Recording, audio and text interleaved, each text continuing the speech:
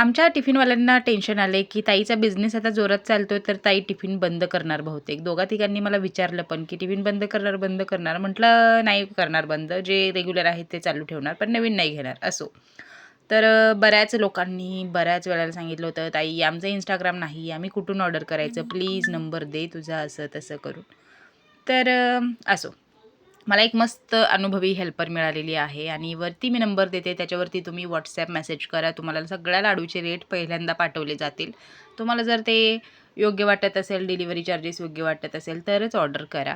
आणि हा फक्त लाडूसाठीच नंबर आहे. उगाच टिफिन पाहिजे वगैरे असे मेसेज करू नका. नवीन टिफिन घेणार नाही. पुन्हा एकदा सांगते मी. असो, तर आता बिझनेस म्हणलं की थोडेफार असे तसे अनुभव येतात. मला सुद्धा आला. काय झालं, दोघी तिघींनी ऑर्डर केल्या पण घरात विचारलंच नाही आणि घरातल्यांनी पैसे वगैरे द्यायला नकार दिला असेल, मग त्यांना ऑर्डर कॅन्सल करावे लागले. अगदी मी कुरिअर ऑफिसमधून सुद्धा पार्सल परत आणलेली आहे. तर असं करू नका.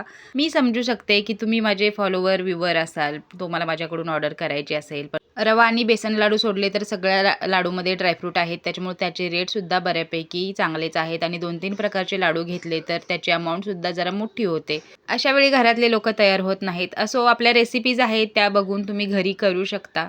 काही नाही, माझ्याकडचे लाडू नाही मिळाले तर काय झालं, माझी रेसिपी बघून केलं तरीसुद्धा तुमचे लाडू चांगलेच येतील. चला मग, वरती नंबर आहे, पटकन व्हॉट्सअप करा.